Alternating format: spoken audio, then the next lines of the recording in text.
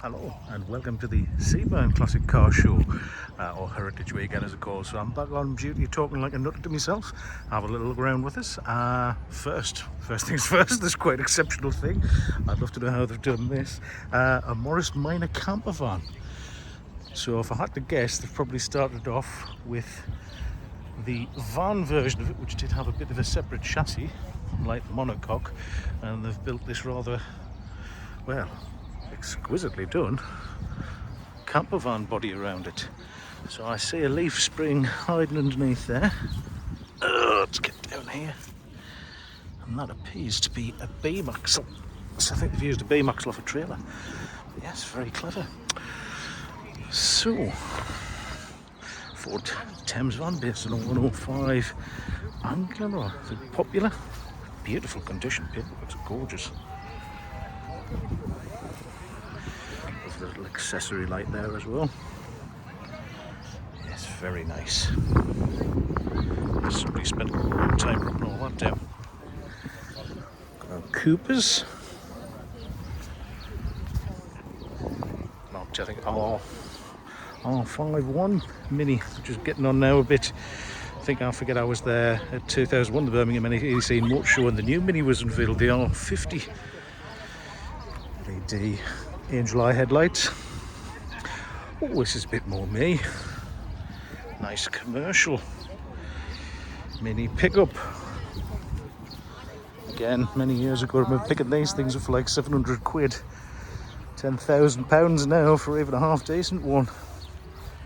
Very austere, slidey windows. Up an R50. And a real 90s John Cooper. Cooper, all the way along.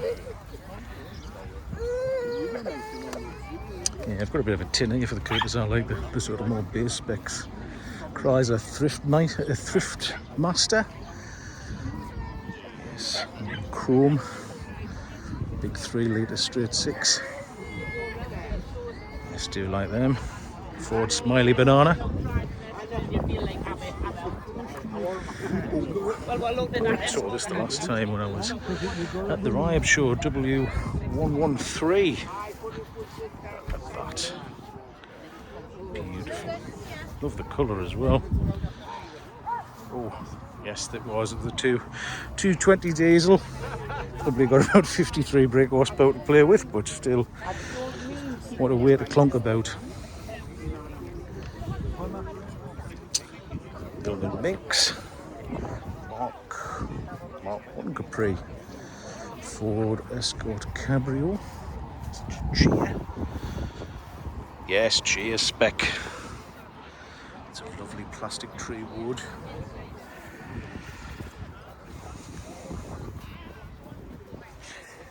A very orange Capri. 1600 Pinto in it. P280 V6. XL3 convertible. There's all your fast forwards there.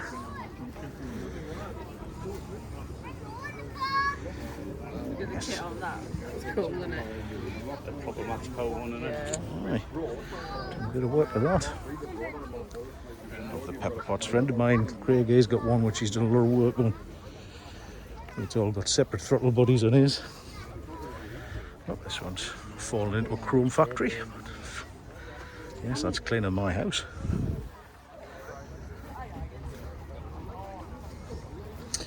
Up. Oh, this is a bit more. It's an Orion. Well, my sister picked one of these up when she just first passed her test. Yes. I always get these mixed up because the Orion was the one with the boot, the sedan as the Americans would call it. A bit of metal flake. I'll not disrupt this fella, he's doing proper photography. More 2 Escort. Oh, Armstrong Sidley.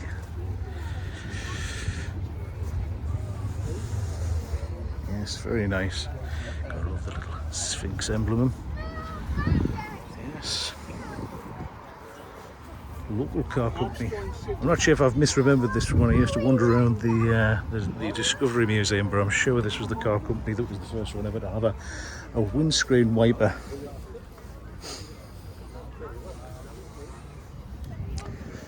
VR6. Brother-in-law's got one of those tucked away somewhere, 4-wheel drive, very narrow angle V6, so you don't have to have separate cylinder heads, you just have the one, and the cylinders all snugged up together. Yeah, Volkswagen's done many things with the VR6 because that was the basis of things like the W12 and the W8. Mustang notchback. Oh, I like this. So, like Thriftmaster, but a military panel van. Yes. Do you like that? Oh, a little bit of a camper setup in the back.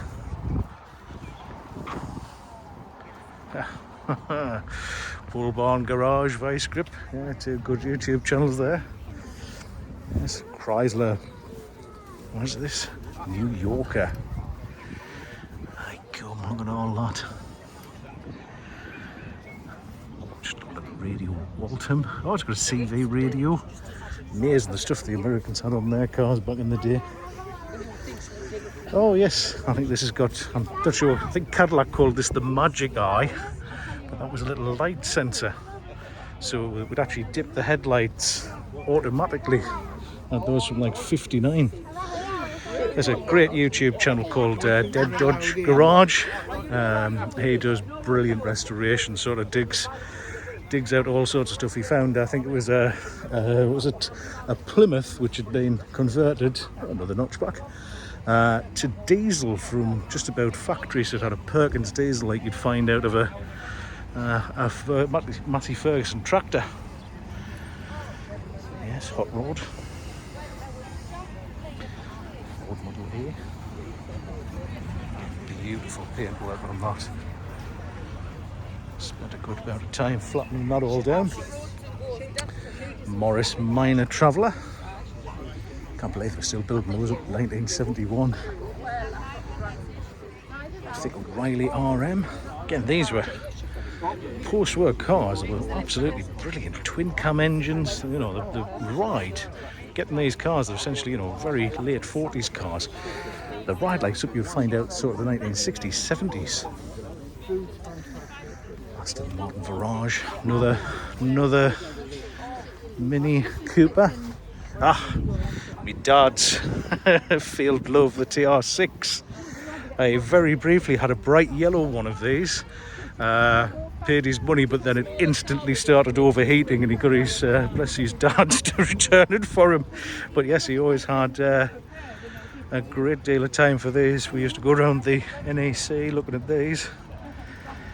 Yes, lovely Michelotti styled. Also factory fuel injection as well. Back when that was quite a special thing. Americans never got it. They've got the Stromberg carburetors on theirs. Oh, Trans Am. I can feel a bullets growing. Smart, let's go. GTE. Nova. That's smart. Yes, if that's being restored, it's being done very, very well. Oh, yes. Look at that. The lure, everything. Lovely. There's an inner boy racer coming out there. Hi Fred, you alright? How you doing? You alright? The Sierra 4x4. Again, another one. Early 2000s, you were giving them away. Pop. An MG Magneti Variatone. The sporting MG. I mean, everybody now going, oh, all these Chinese cars getting MG badges on, but everybody forget that was MG's business, really, just sticking badges on other cars. So this was like a Wolseley, and the more sporting ones, you get twin carburetors, you know, peppered up a little bit, sportier wheels, dashing red leather interior, lovely dashboard. But yes, and then come the 80s, they were sticking them on Metros, Maestros. You get to the 90s, 2000s, it was warmed over Accords and Civics, so we're getting MJ badges. So yes, I'm pretty happy with MJ badges going on whatever. Lovely P6 R109. God, these have just aged beautifully. The Mexican hat wheels on them. MB Tex. Yes, that's a lovely, lovely thing. And this next to it, I come, a Lansley Fulvia Coupe. Again, one that hasn't rotted away, and it looks like a factory right-hand drive, so this is a rare old beast. What a lovely interior they have on these. Well, I was quite wooed a few years ago, I think, by a Fiat, was it a 650 Coupe? Just beautifully detailed.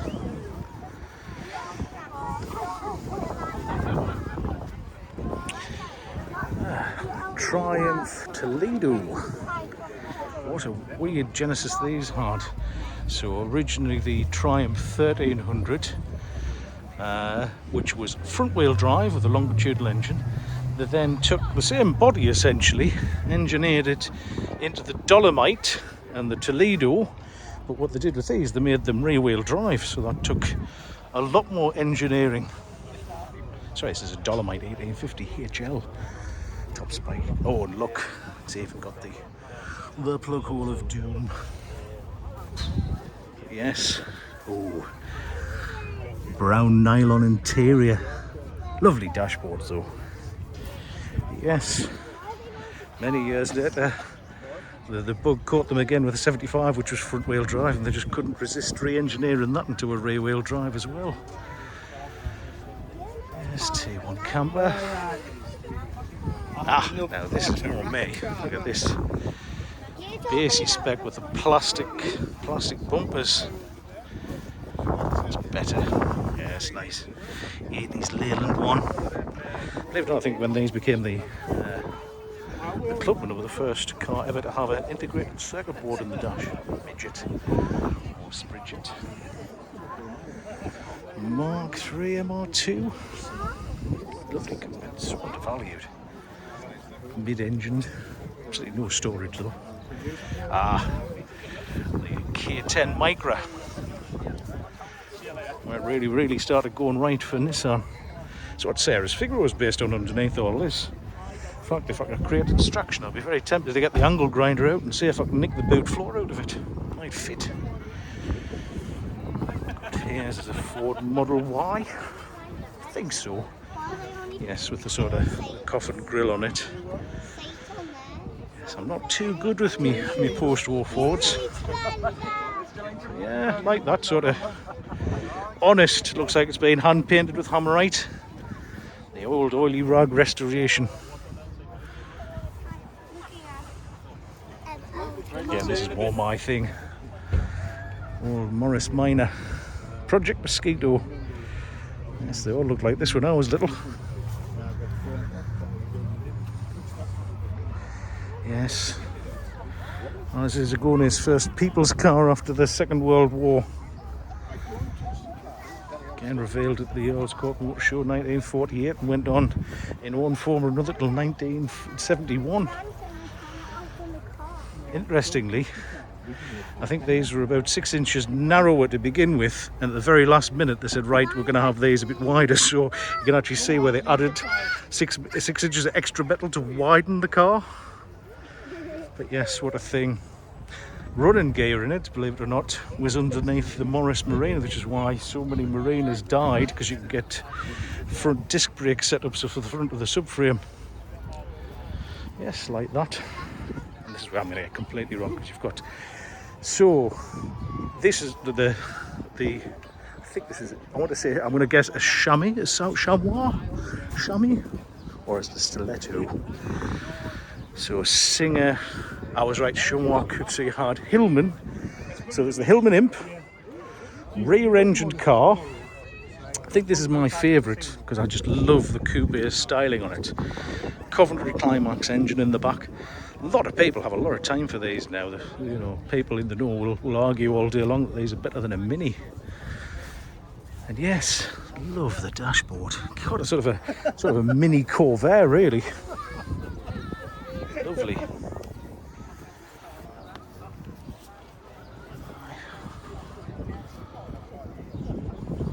Lovely.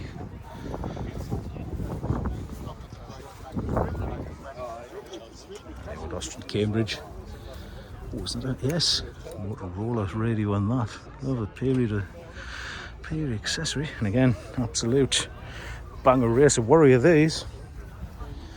Mark 1 Cortina. Yeah, Mark 2 Escort Estate. That's a bit rare these days. Again, weird how in the sort of 70s and 80s, all your estates were 2 doors. Oh, an early Rover 200. Nice, another Mini MX-5 Mark 1. Yes, fun. Ooh, an Astra convertible. Oh, look at the 90s interior. Love that. Genesis tape, yes. One approves. And a Morris Minor convertible with a MX-5, like that. Green with a beige interior. Oh, with the headrest speakers as well, I like that. Nardy steering wheel, auto. An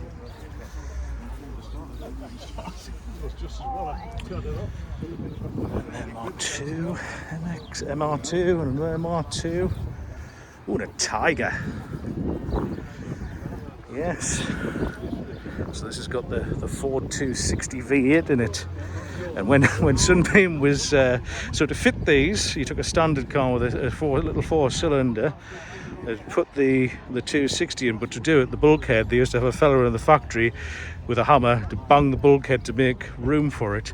And when it was taken over by Chrysler and they wanted to put their small block in, the apocryphal story is the fella says, "Oh, I can't knock a dent in big enough for that," so it never got a Chrysler. Reliant Rialto. Oh, a very nice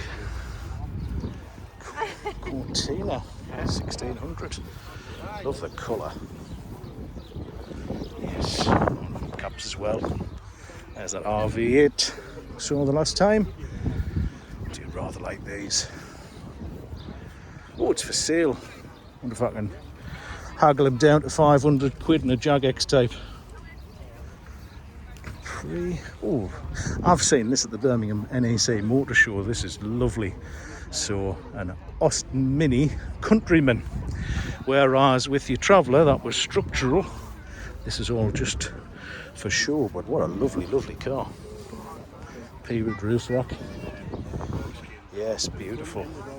Again, nice little mini lights, don't need the big arches. Lovely. Ooh, these are getting pretty close to the bottom of the price curve as well. An XK8 supercharged. Another lovely SL with the checker interior. Cortina.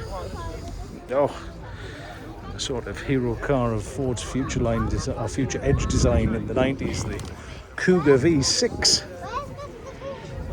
Yes. Slammed Yo. VW Beetle. Got an unusual interior in that. I'm not sure what that's out of.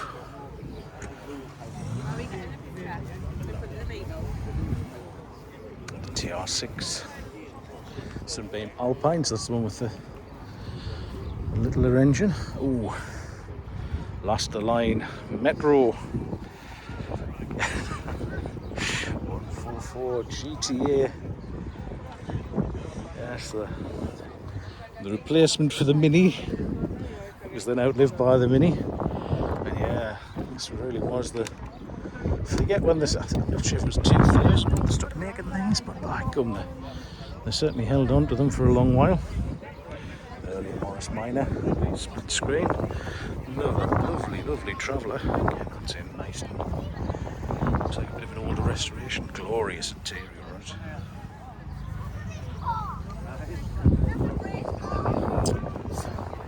V8 P6 Granada. Cortina. MGB. Oh, and a facelift Mondeo Estate. Cosworth wheels on it. Oh, that's nice. Leather interior. It's got to be a gear. Yes, sort of fast disappearing them now. Very rare you see the Part 1 Mondeo now, but absolute sales triumph. Same BMW 30, I'm probably correct. Yes, frequently BMs, but I was hoping I would see a headlight wiper moment. Yes, it's a nice nick that. Lovely interior. Never had a BM.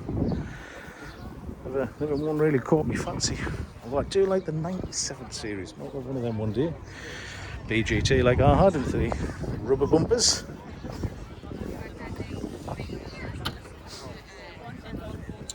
Mercedes W123 in taxi yellow. Absolute workhorse, these things. Get beautiful quality, even on the more base spec ones. For many years I chased down an estate version of this. The 300D, but it wasn't to be. The XJ 4.2. Yes, these are XJS with the federal headlights. Although I will deduct points for having a Liber put on the front. Yes, I think the last car ever to have a Liber on the factory was not the 420, it was the Mark 10. And yes, I think they stopped production about 1970. Ford Probe V6. The seats up that. Nice, very American swoopy lines of the 90s. And I've got a Jaguar V8 next to it, XK8. Old Morris Minor. And is it, no, it's another Austin Cambridge or a Morris Oxford. Subaru U.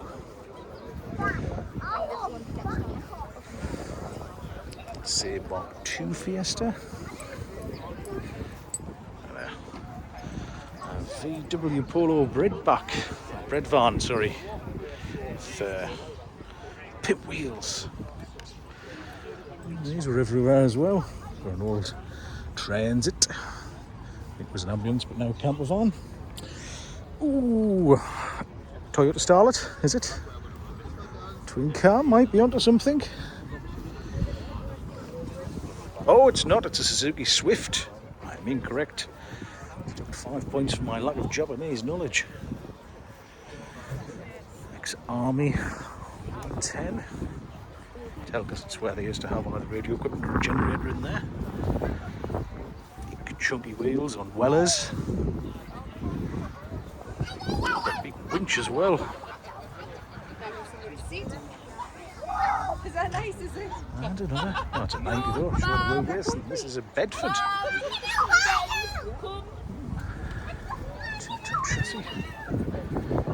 Now, weirdly, I was having a look on military auctions last night because everything's a fortune these days. No bargains anymore.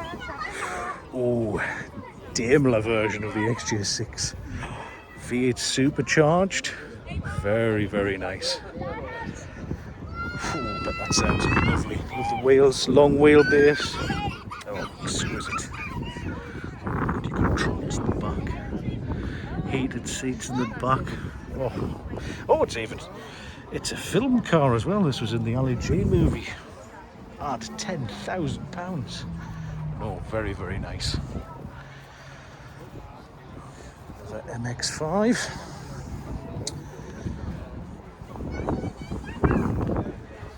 Wolseley. Oh, come on, double guess. No, it's not the 8, no, it's 1500. Yes, 1500.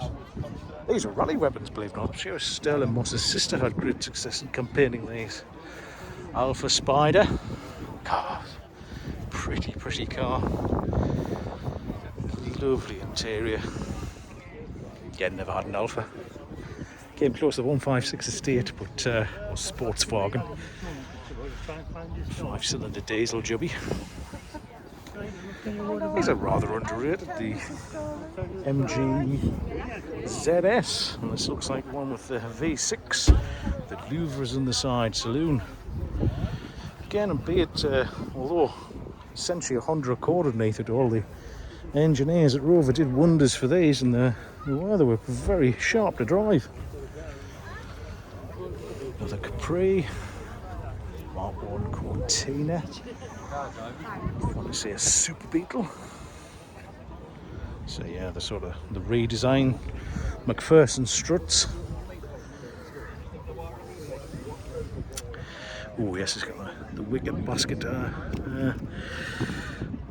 accessory underneath there. That's the joy of these things. You can really do whatever you want with them. 1300. So yeah, there's an excellent book on these. Haynes in the early 2000s did a series of something called Great Cars, and there's an excellent book on the Beetle and the T2. Yes, just a shame about the engine. I like the Echo. See this one around, and it's a Peugeot 101, 107. Yes, heavily customised. And I like it. Do your own thing. Don't be afraid to stand out. Yes, looks like an old flight seat. Yes, I approve. It's weird. I like it. TVR of some shape description, wedgie one. I think when somebody visited the TVR factory, I'm sure they found the Molten books just sitting about doing nothing for these. It's very 80s, very nice.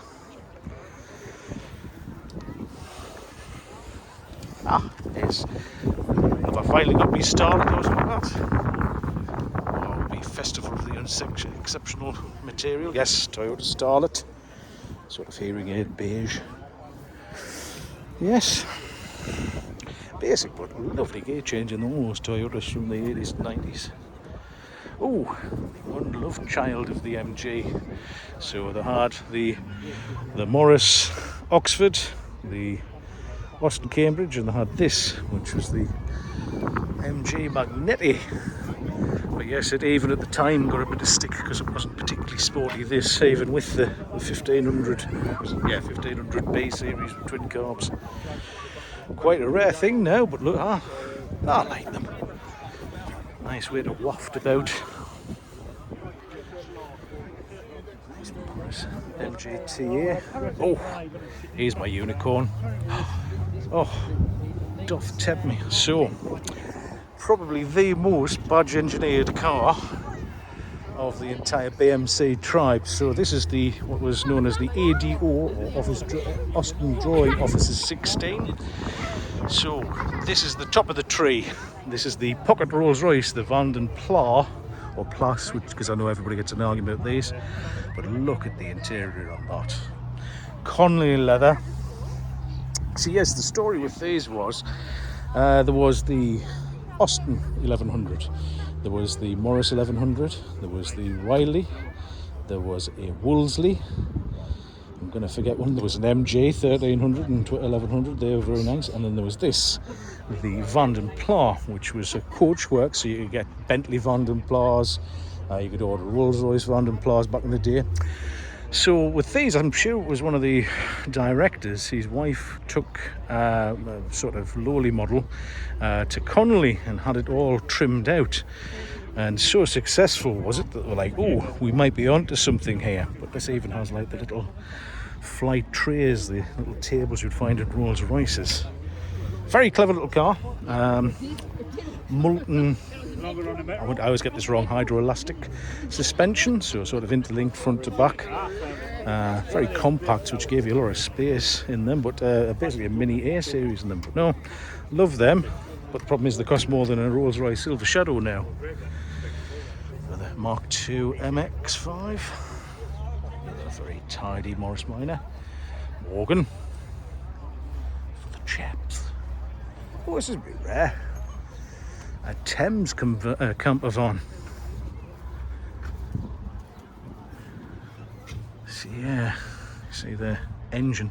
So before the Transit, which was really the first of the vans which sort of drove like a car, you had the Thames, and these were hard working vans, and of course they all rotted away and disappeared.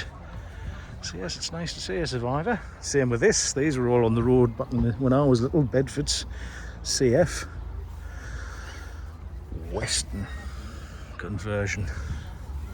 Yes, I bet this cost a pretty penny, and it's in lovely condition. It's being well looked after, this. Oh yes, that is beautifully done. Pop top roof. Yes. I've just realised there's a sort of a mini road that I've missed here. So MGF Interceptor. I think a Nissan Cedric V6.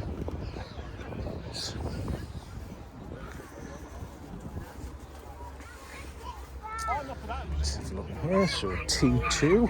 Oh, he's got a cocktail bar in this one. Handy for when you break down the side of the road from overheating. Oh, yes. It's beautifully done, that.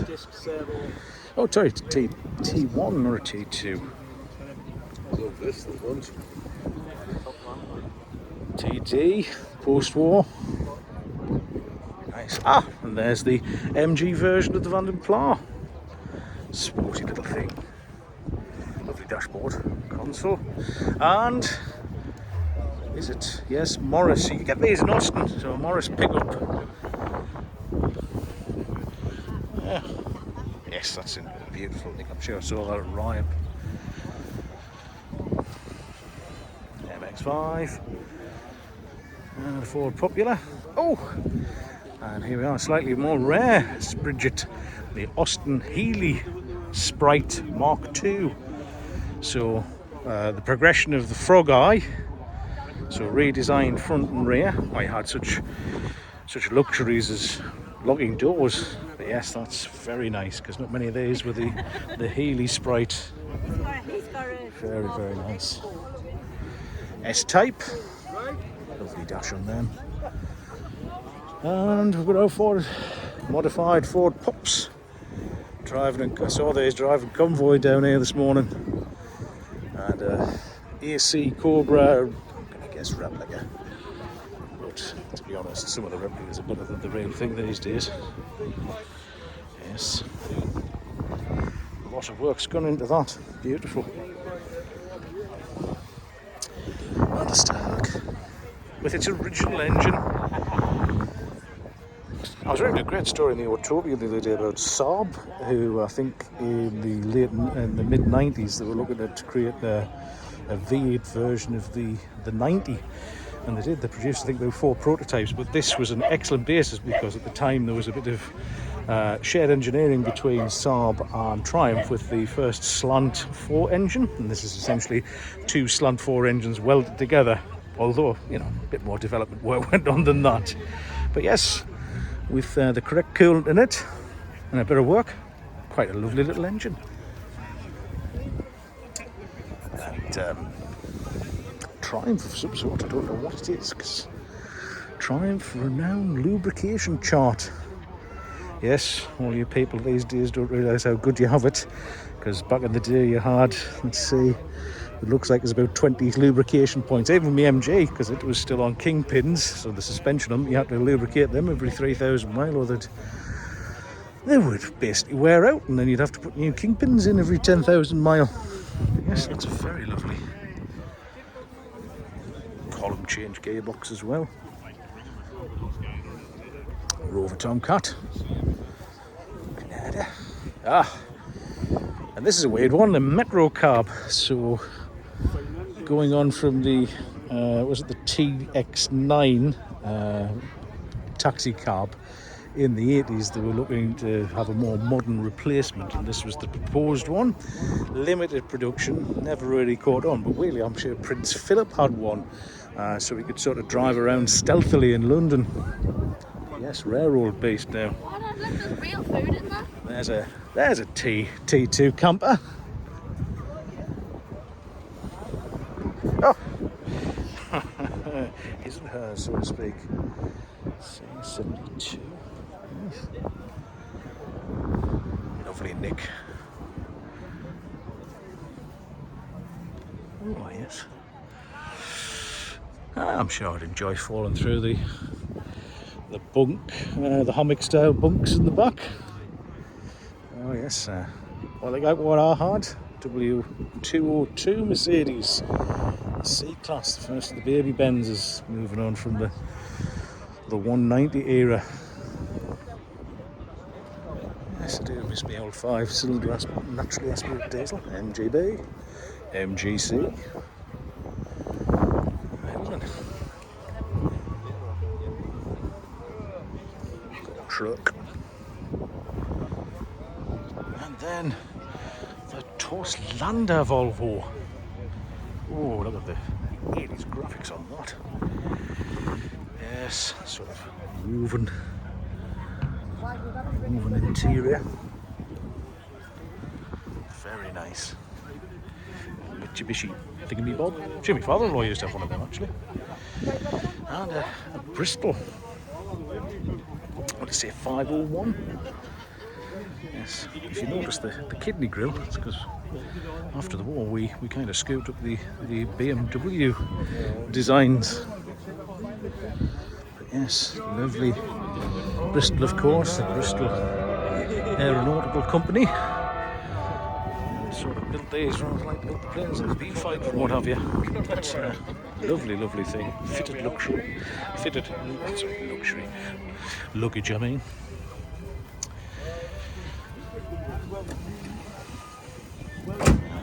Ford Capri Coupe. The Wolseley. Jag. XJ Mark II with the, I like the Mark Bonds with the deeper grille, but apparently they all overheated. I'm going to say K9, I'm probably wrong. See if I haven't been wrong, probably means I haven't had me coffee and got up in the morning.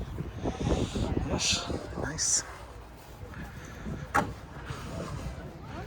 Mexico, there's a railroad, Fortunes, an Ord, do like an Ord, say Zodiac.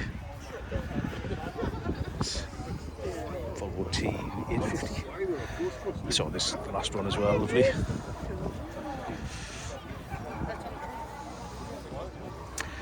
And a Triumph Herald, bless it. 1250. Again, they're sort of quite competitive in price these because they were still built on a separate chassis. Americana in the fins. I was quite fancied the later Michelotti restyled 1360 convertibles. They were quite sharp looking. And a big old American Plymouth. Again, it was an excellent story in the Utopia about Plymouth police cars. They went to real efforts to get the police to buy them. The Authority editions. Vauxhall with a Lotus twin cam, by come. Again, the detail on that's glorious. Ford Angular.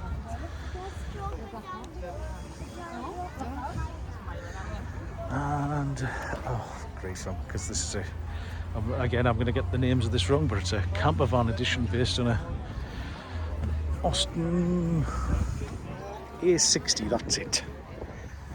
A60 estate. Got for sale as well. I'll see how many people I can turn and say 500 quid in the X-Type.